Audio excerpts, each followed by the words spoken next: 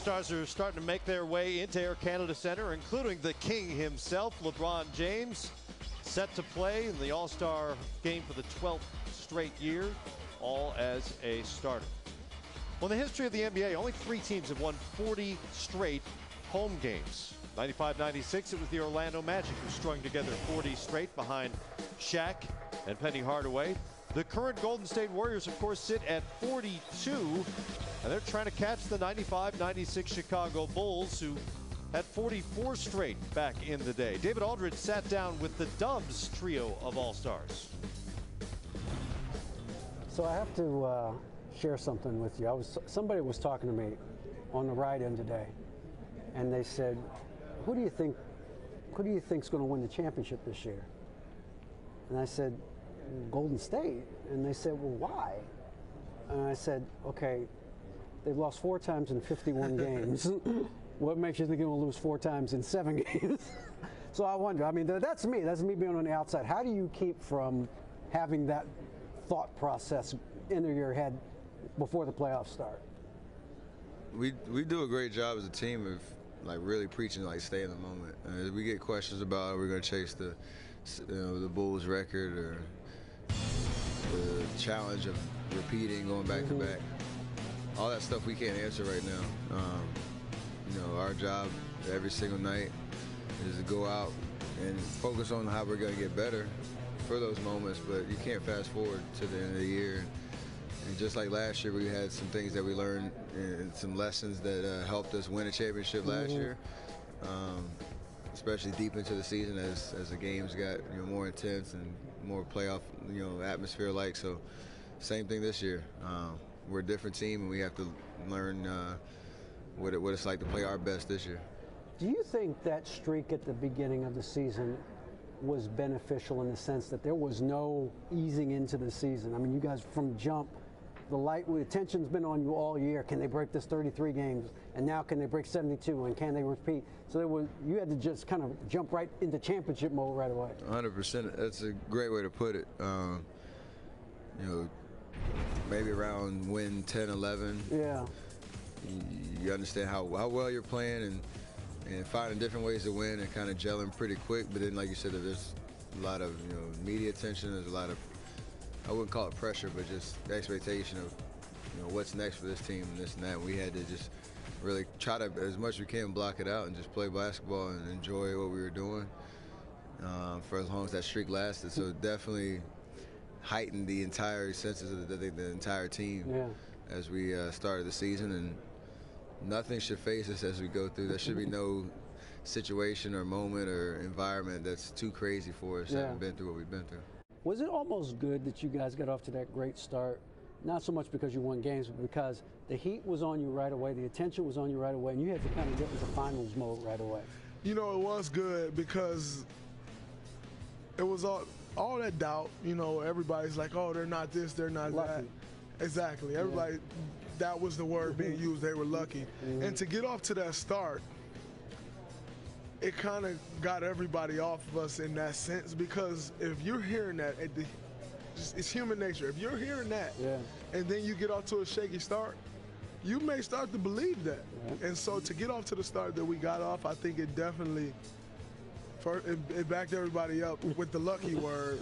But what it also did was it made us lock in on the things that we said we needed to improve at. Because once we got up to that winning streak, the one thing we said we wanted to improve was our focus. Once we got up to that winning streak, every game became like a playoff game. So you had to lock in and focus, and it helped us improve in that area. I got to ask you about, you know what. I remember John Thompson at one point when he was coaching Georgetown. He wanted to take the pressure off his guys. He didn't want to talk about them going through the tournament and having a chance to win, and having a chance to win, and having a chance to win. And finally, they get to halftime. They're playing the University of Houston, and he says, hey, guys, we're playing for the national championship. And I wonder if at some point you guys go, hey, we might as well get this thing. We're this close. I know. It's been a big elephant in the room this year. Even from the jump, oh, can the Warriors get 73 wins? But that's not our main goal. We want to win a championship. But if we're right there, we might as well try and get it, because it's a record that you always thought was untouchable growing up. and that Bulls team was considered the greatest ever. So being in conversation with them is just special in its own right. Yeah. So if we're right there at the end of the season, you know, we got to have a lot of luck on the way, because to get that many wins in the regular season is incredible. We might as well go try and take it, because that's something that will be very special to all of us, and for the Warriors to reach heights like that, it's surreal. You got to pinch yourself sometimes, thinking, wow, we're 48-4 with, you know, if we make a run at it, we might have a chance. Yeah. Steve said the other day, Coach Kerr said, when you guys were playing OKC, hey, it's good for us to have a close game. Was it? It was. You know, that's a great team, obviously, and we obviously wanted to beat them by a lot of points, because you might see them down the road, but you know, you're not going to kill them a lot. They got two, obviously, superstars, and Durant and Westbrook, and great role players around them, but it was good to have a game that came down the last 4 minutes. It reminded us we can still win games when it's tight and when the pressure's on, and there's going to be plenty of games like that in the playoffs, so that was good preparation for us. Enjoy the weekend, Clay. Thanks for stopping by. Thanks, David. No problem. All right. Back to you. Well, here are the numbers. The Warriors are a game ahead of the Bulls' pace back in 95-96.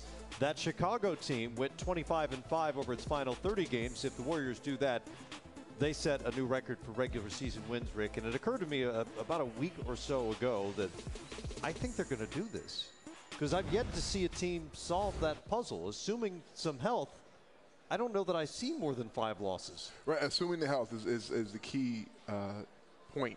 And I think the staying in the focus, as we heard each of the players recant there, it also starts even higher. Got a chance to talk to Bob Myers, Peter Guber, the owner, last night, and both are preaching the same thing. It'd be nice, but it's not. You can't get ahead of yourself. You have to be blessed with the right health. You have to be focused in the day-to-day effort to stay in the moment. And I tell you, it starts at the top, and it's permeating all the way down to the players, and the players are holding each other accountable, but they also are set with a foundation of character that is allowing this to happen. Character with an incredible amount of talent and skill. So let's not be fooled. This is a special team. Well, it's a great team. One caveat, though, to the thought that they will break the record is one element that has changed around the NBA over the last 20 years is rest. Hi, Shaq. The big Shaqtus. Shaq is modeling for us. That is a jacket. You have. Shaq's going to be here for the next segment. What is that, velvet? It's a very large tuxedo jacket you've got on. That's nice. It's sharp, I like that. It's sharp. I was about to say, one element that exists now that really didn't in 95-96 is rest. They will rest players down the stretch to prepare themselves for the playoffs, because that's what teams do now. Could that cost them enough wins to cost them the record? Well, if they decide to go that route. I mean, I think if you compare the teams and think back to in the mid-90s, you get the sense that it was really Michael Jordan. He was the one that was driving that team. He was the one that was willing them to 72 wins. Here, as great as Steph Curry has been, it's really been a collective effort. These guys collectively have gone out there. They have a great spirit about one another, playing with one another. And so because they had a lot of blowouts, and maybe more blowouts than the Bulls had, in some cases we saw in that point differential, but they're getting more rest. They have more depth, and so they may have the luxury of not having to rest as they go into the postseason. Because the minutes are piling up. Exactly, which ultimately may give them the advantage in terms of going after that record. What do you think, Zeke? Do they get it? I think they have to avoid that unexpected loss. And, you know, we beat Chicago here. One of their 10 losses was to the Toronto Raptors that year, that unexpected loss. And what Golden State has to avoid during this run, they can't afford to lose that game that they should win. And if they do all that and they win the games they're supposed to win, then they got a shot. But it's going to be that 1 or 2 unexpected losses that can jump up and bite them. Here's the thing, and your point is well taken, but at this point, the way they're playing, every loss is unexpected, right? Yeah.